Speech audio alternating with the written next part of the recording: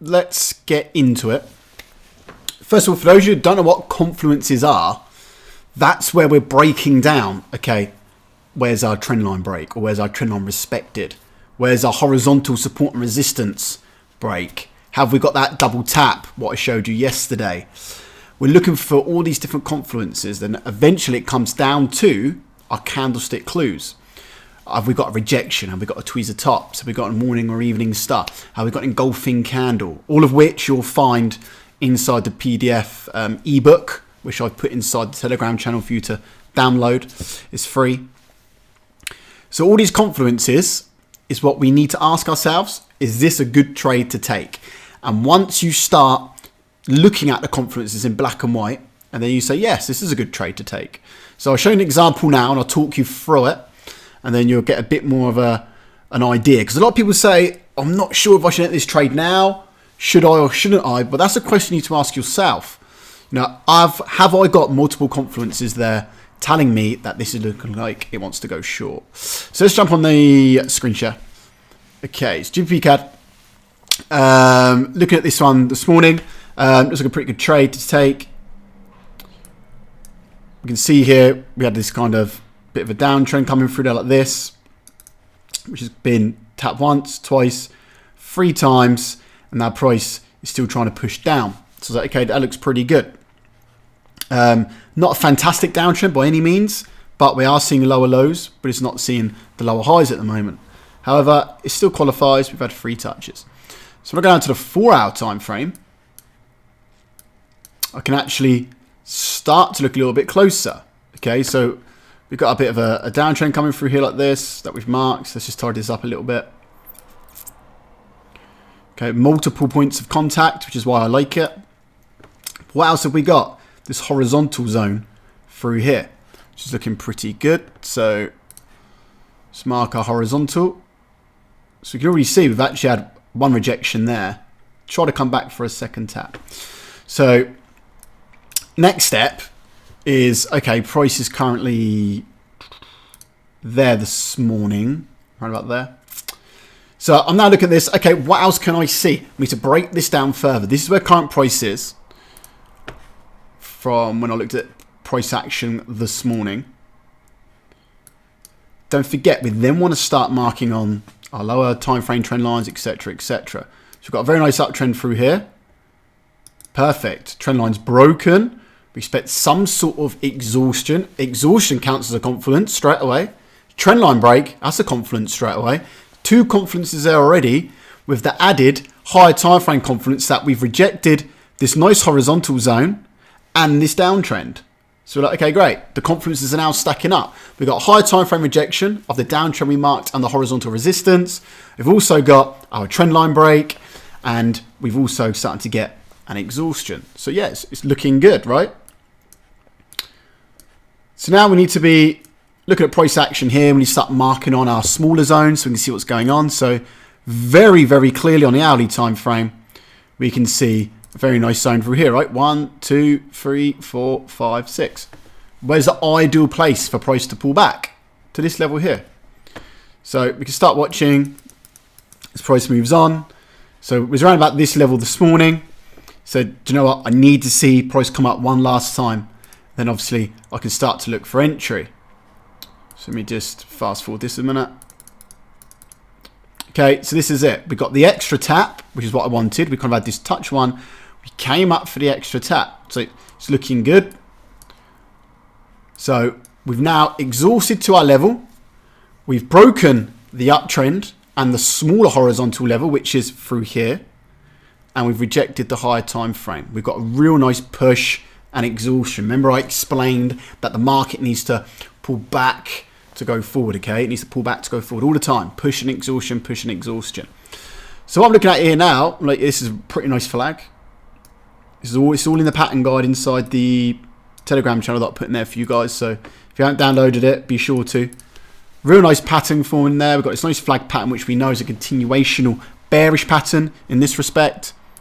So look at the 15-minute time frame. Of course, we've got our nice rejection, which is 15-minute tweezer tops. So we've got this bit of a high test there as well. And then we can actually start to see price make its move to where we are now. So we go down to the 15-minute time frame. Could have been out in this trade real quick. So this here would have been my first entry. Completely missed it. So looking around about 10 pips above the high, to about 30 pips. But we're looking for a 1 to 2, which should have been well ideal because it would have took me straight down to the bottom of the flag and this low here. That'd have been it. TP done. Very, very quickly. Just little trades like that is all you need to find just to fill in your days. You don't need to find these huge swing trades. You will find those bigger trades, but little ones like this is looking at the finer details. So multiple confluences stacking up there. Multiple confluences. Let's just go back to that actually. It's one of those, a few people inside the Golden Suite took it. They knew what I was waiting for. So I'll do like a breakdown step by step. So that's good. At least someone made some money off this trade.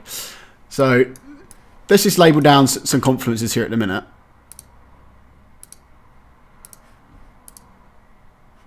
So we got, hold on that. We got higher time frame downtrend. 2, we had the higher time frame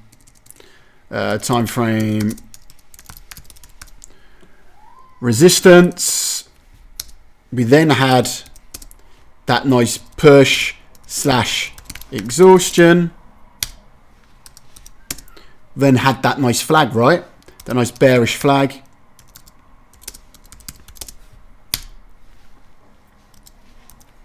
We then had the zone tested, and we end up getting a set of tweezer tops.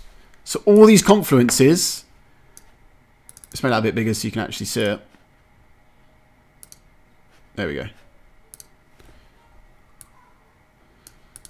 So all of these confluences here is what starts stacking up to really push price quite aggressively in your favor. I mean, don't get me wrong, sometimes price can come back up just for another last little test before a drop, or can, of course, go the wrong way, which we've made very clear in previous episodes. But if you start stacking up these confluences together, start breaking the chart down step by step, everything becomes a lot more clearer, a lot more cleaner. There ends up taking away the doubt of should I let this trade or not. It will stop the rushing and the panic, and then you can actually look to execute a trade confidently and, of course, successfully, which is why you're here.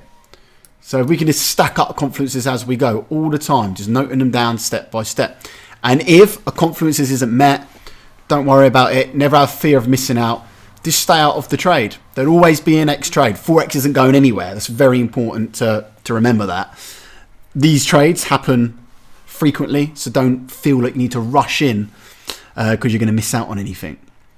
So confluences are essential. So let's look at another good example from today as well. So another very similar example. Let's just remove more drawings. A huge question I'm always asked is, how do I know exactly when to enter? And obviously the real answer to that is we never know exactly, but we can put the odds in our favor as much as humanly possible by just using a strategic step-by-step approach, which is taking away the facts, writing down your confluences or noting them down in your mind, depending on what level you're at with your Forex journey. You say, yeah, I'm ready to enter. It's ticking all my boxes. So here at the moment, we've got Euro CAD, quite a nice pair here. We can see we've actually got a bit of a downtrend coming through there. 1, 2, third touch, qualified downtrend. Let's go to the 4-hour time frame. See it nice and clean and clear there. We can also see a really nice horizontal level coming through here, like this. 1, 2, we broke, came back to test it as resistance, came back again, tried to break out, found some resistance at the trend line, and now dropped. So what we're going to be looking for now is going to the hourly time frame. Now, could have took a trade here because it came back up for a second test. We got a nice engulfing candle. When was that? It was like 5 a.m. 6 a.m. so that wouldn't have been taken. Unfortunately, we need to sleep at some point. Prices pushed and then started to exhaust. So again, that's when we just start marking our smaller zones, right? We've got this nice little level through here. You can see multiple touches. It's pushed, came back to test. Have we got any lower time frame confluences for entry? Yes, we have. Pretty much same as GBP CAD. Got the tweezer tops. Good took entry there. Then obviously price dropped. But an easy 1 to 2 once again. So confluences, breaking it down with a strategic approach. For example, if I didn't enter here, I wouldn't be like, oh, I've missed it altogether now. Or then wait for the next push and exhaustion. Your bias is still going to be short because you've rejected the higher time frame downtrend twice, 1, 2, and this really nice horizontal level. So you're still looking for a short. And then break, retest, and then the drops continued. Now, if I've missed this one, I would then, potentially wait for a next level. However, the second push is usually the biggest. The third push is usually short-lived. So if I've missed this one, I will still keep checking in, but I have to see a really nice pullback for me to take the last wave. And I'll just target the last low. So again, confluences, we find a bit of support down here. Can we get a breakout and a pullback? That could potentially also start to form a little bit of a downtrend here. Breakout, another little pullback, potentially another drop. So I'm just trying to stack things up as logically as possible with a systematic approach. Keep everything clean and organized as much as I can. Then that's when you look to execute. If you don't feel confident and if you ever got to ask yourself and question yourself, should I enter this trade or not? The answer is always no. You should be able to look at a chart when your confidence level increases. Should I look at the chart and say, yes, I've got a higher time frame rejection. Yes, my horizontal, I've got my downtrend. Yes, I'm seeing some candlestick rejection there. I've got a lower time frame, pushing exhaustion, for example. Yeah, but why would I not enter this trade? I feel confident. I'm going in, but all my confidences are met. But if you're there, fingers on the button, and you're like, oh, should I enter this or not? I don't know.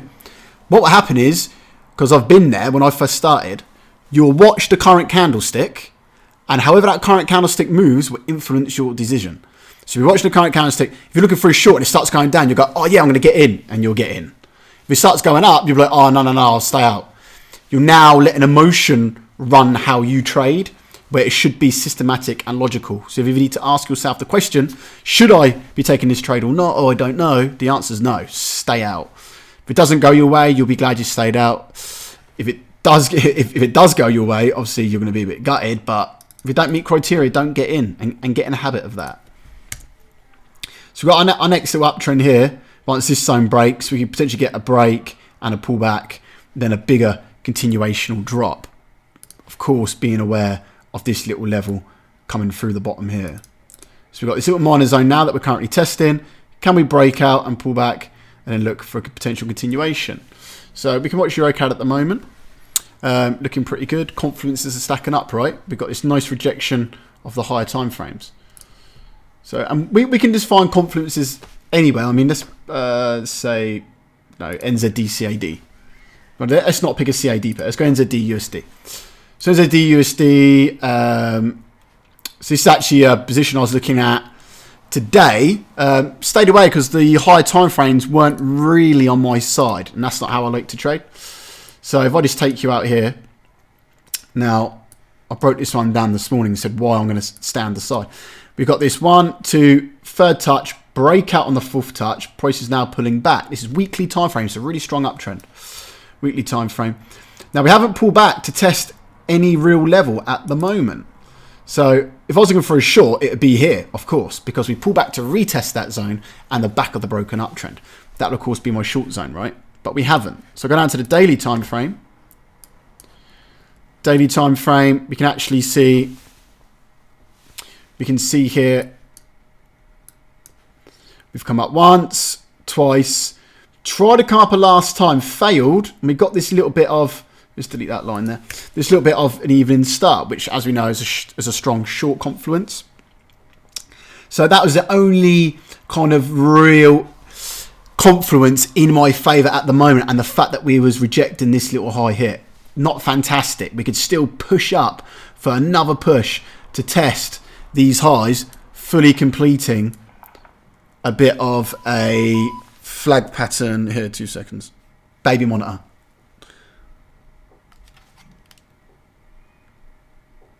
There we go. Completing a pattern a bit like this. Let me just delete these off a second. So I'm showing you guys for that just tuned in why I wasn't going to take a short trade, even though the lower time frames were looking good.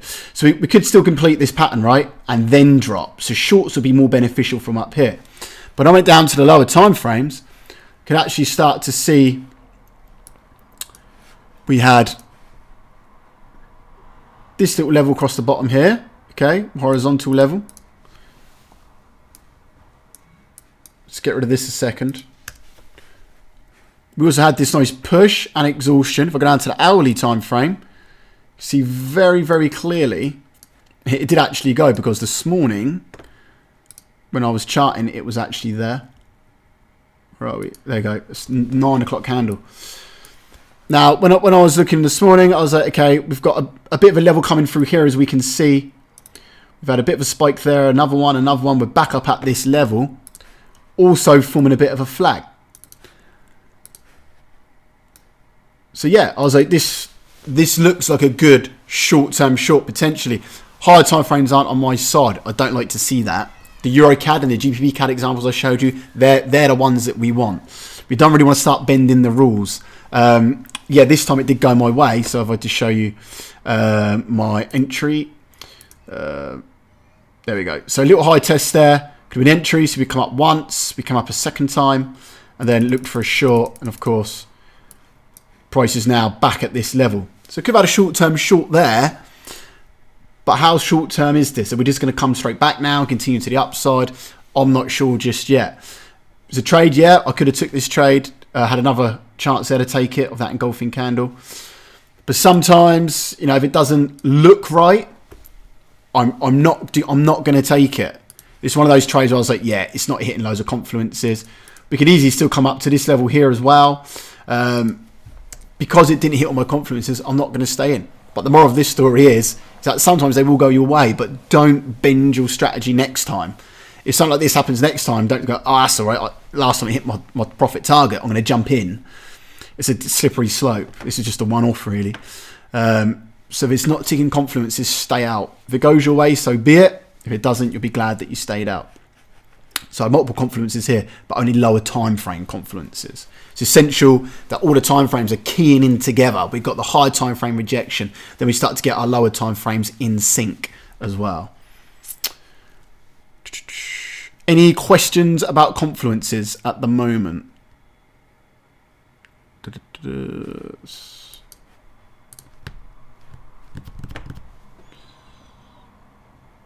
Let's find another example. Sat on my screen.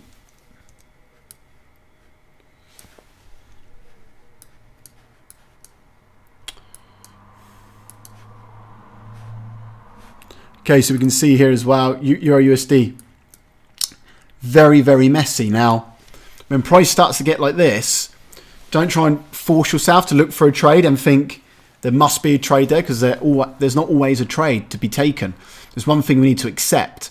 So we can start trying to dissect information down and try and pluck away at price action, but it's not always gonna be in sync and actually clicking how we want it to see in our kind of perfect world scenario. So if that does happen, just move on to another pair. What have we got going on here? How do I deal with the emotions? Now, unfortunately, and I say this on all my courses, I can teach you how to trade, teach you how to find the best trades, teach you technical analysis, but I can't teach you how to deal with your emotions, because that's something with trading that does come with experience. I can tell you what's helped me and what's helped me up until now and still helps me now. I take great solace in the fact that there will always be another trade. So if I'm looking to take a trade and I feel good about it, I don't want to say feel good, because we're taking emotions out of this. it's hitting my confluences. So I'm like, yes, I've got this, I've got this, I've got this, I've got this. Then I'm going to take that trade because it's ticking my boxes. The facts, don't forget, we're based this on facts, not how we feel. The facts have been met, I'll take the trade. If it goes my way or not, I will simply, I'll just take that however. So I always think in the back of my mind, there's always going to be another trade, always. It doesn't matter. There will always be, without a shadow of a doubt, another trade. Forex isn't going anywhere, as I said at the start of this webinar. There'll always be another trade. So when I'm taking a trade, okay, is there going to be a better trade than this today? Is it hitting all my confluences? If it's like, well, it's only hitting some of my confluences, then no, I'm not going to take that trade. And once you become very strict on that, it does become a lot easier, and you become a lot more emotionally detached from the charts. And obviously, when money's involved and you're trading and your emotions whilst you got an open trade, the best way to deal with that is risk manage correctly. Now, honestly, there's no reason for anybody to over leverage their accounts in 2020 because you've got companies like FTMO where once you get consistent, you pass their challenge and you can get funded like up to 100K. That's dollars, $100,000, which is amazing. So on your small account that obviously you want to try and make as much money on as possible, all you need to use your small account for is just practice becoming consistent. That's it. Forget about how much money you're making. Just think about the percentages, because once you're doing between 5 and 10% every single month for like 3 to 6 months in a row, you're definitely doing something right. And then you can go, yeah, I'm going to take the FTMO challenge. Bang, you got $100,000 trading account. So risking the correct amount and not over leveraging will take emotions out of your active live trade. And of course, moving stop loss to entry when you kind of get to that one-to-one state also removes all emotions because the trade's risk-free. Do you use a checklist for confluences? Do you know what? I used to a long time ago just to help. So I'd like a checklist and I'd tick it off. Now it's just in my mind. So I know what I'm looking for. So I look on the charts and straight away, don't forget it's systematic. It's not all happening at once. So I go, okay, cool. Yeah, the trend line's broke. That might have happened like yesterday, a daily trend line, or it's respected. Then I'll just keep an eye on it, not glued to it, just checking periodically when I'm on the charts. Might come back the next day. Oh, great. It's now pulled back to test the trend line and a nice horizontal zone. Oh, perfect. So now I'm just going to wait for my entry. So I know my confidence is stacking up like a systematic way. So it's a process. So I'm like, okay, yeah, I've broke the higher time frame or I've respected it. I've pushed, I've exhausted. I'm now just waiting for a retest. And then the next confidence I'm waiting for is my candlestick clues for entry. So all the time it's in my mind exactly what I'm looking for. So you can definitely create a checklist like I used to. But now it's just in my mind, to be honest. Regards to over-leveraging, would you have a large leverage still to be a problem with your risk management? No, not really, because, I mean, large leverage, it depends what you mean by large, but, I mean, anything up to, this is my personal opinion, anything up to 1 to 4, 1 to 500, it's all relevant, isn't it? Of course, your losses will increase, but so will your profits, so it's all relevant. So it's not like you're going to be going crazy and just trying to go mad and put on big lot sizes when your account can't handle it. You're still going to be risking 1 or 2%, whether your leverage is 1 to 30, 1 to 50, 1 to 100, 1 to 200, 1 to 500. You're still going to be risking that 1% of your account. So it's all relevant. So your profits and losses will increase as your leverage grows, of course. But you'll be managing that because you'll be risking a percentage of your account. So it just stays relevant. So yeah, I wouldn't be massively concerned if you have a high leverage, if you can trust yourself. If you can't trust yourself and you're putting on big lot sizes, then that's definitely something to be aware of and cautious of. But in terms of, having a 1 to 4, 1 to 500 leverage, like IC markets offer a 1 to 500, it's all relevant. I'm risking 1% of my account, so it's all relevant. Okay, so some great questions there, by the way. Anything else I'm happy to answer. So yeah, EU, just while some more questions come in. There's not really too much going on there. I mean, we've got a bit of rejection of this high here. We've seen a bit of a push down. But in terms of zones, there's not a lot going on. There's not much information we can actually extract from the chart. So we know we've got this level here. We know we've got this uptrend. Let's just move on. We don't need to force a trade. You might come back later and be like, oh, great, look, we've broken out, we've pulled back. Confluences are now stacking up, or we've respected this level and now we're pushing back up. So it's about taking your time, being patient, looking for confluences, not trying to force a trade when there's not one there, which is a big mistake, and a very easy mistake to make, because when you begin, I found when I began, also I was very keen. I wanted to put my new skill set to the test. I wanted to jump in the markets head first. So I was looking at every currency pair. Oh, there could be a trade there if that just hit that. And I'm going down to the lower time frames, and I'm talking myself into a trade instead of systematically being patient and looking for the confluences. Okay, so confluences that I've showed you so far are, of course, trend lines, break, and respects. Marking your horizontal levels on the higher time frames and lower time frames. Really taking note of push and exhaustion, because that's really, really important. Push, exhaustion, push, exhaustion, push, exhaustion. Always, look, the market has to move in these waves. It has to. So always take note of that. For example, I mean, regardless of this uptrend being here, let's say we didn't have that marked on, right? We would not, in a million years, this is how easy it is to get on the wrong side of the market. Right, you've got level through here. You're just looking at the hourly time frame. You're not concerned about other time frames, all right? You're only looking at the hourly. Oh, great, look, my trend line's broke. I've broken out of this level here. Perfect, let's go short. But that's a very, very unlikely profitable trade to take. One, because you're at the end of a run.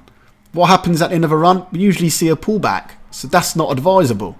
You need to wait for a pullback. Yeah, price can keep going, but that's not how we trade. Because we know that 90% of the time, price pulls back. And all you got to do is look left on the chart. So let's look left. Yeah, when price pushed, it pulled back. When price pushed, we got a bit of a pullback. Then we've actually got a deeper pullback. Pushed, pulled back, pushed, and then we finally broke the last low. So we'd have to wait for a pullback. So it's just understanding about what's going on, and sure enough, look, it comes straight back. So we just need to understand what's actually happening with the charts. That would have, of course, been a losing trade because you got in at the end of a run. Okay, it's a really good example of why you need to look at the higher time frames. Because if we did take a look at the higher time frames, we'll go out to the 4 hourly quickly.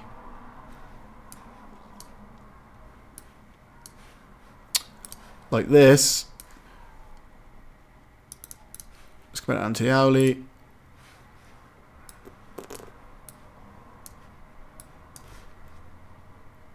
That's where you look to enter on the breakout. There's no way you'd have entered there, because at the end of the run, you got an uptrend right there, which could easily just get respected and bounce back. You could also even go down to mark this little lower zone through here. So if anything, you're looking for a buy trade. But people, believe it or not, are looking for shorts here, because they think that because you've had this really big candle, price is going to continue. And that's what the human brain's gravitated to. We're like, oh wow, look at that big breakout. It's got to continue. You need to train your brain to think, after this, we're going to get a pullback. We're going to get a pullback, and then we're going to catch a drop. All right, so I'm just trying to really get your mindset engaged with being patient, looking for the confluences, wait until everything stacks up together, taking note of the higher time frames, which is massively important because it can stop you taking bad trades like this. And of course, understanding the flow of the charts. Push, exhaustion, push, exhaustion. Okay, for those of you that just jumped on, I noted down the confluences at the start of the video, so you can go back to there once this goes live on YouTube. Then you can just screenshot that, which will really help as well. Any questions on confluences? So this is a bit more of a shorter episode. I'm just trying to glue everything together so far that I've shown you. I hope it's helping. I've received some fantastic feedback, by the way, which has been brilliant, and get some great messages. So thanks for that. Tomorrow is going to be episode 9. We'll be going live at the same time. Tomorrow's episode is going to be, believe it or not, psychology. So that's great. And then we're going to go through why most traders fail. There's going to be some great tips in there for things for you to avoid. So I'm showing you what to do, then I'm going to show you what not to do. And that should really, really help increase your success rate as Forex traders. So thanks for tuning in, everybody. That's me done. And I'll catch you tomorrow at 4 o'clock. Cheers.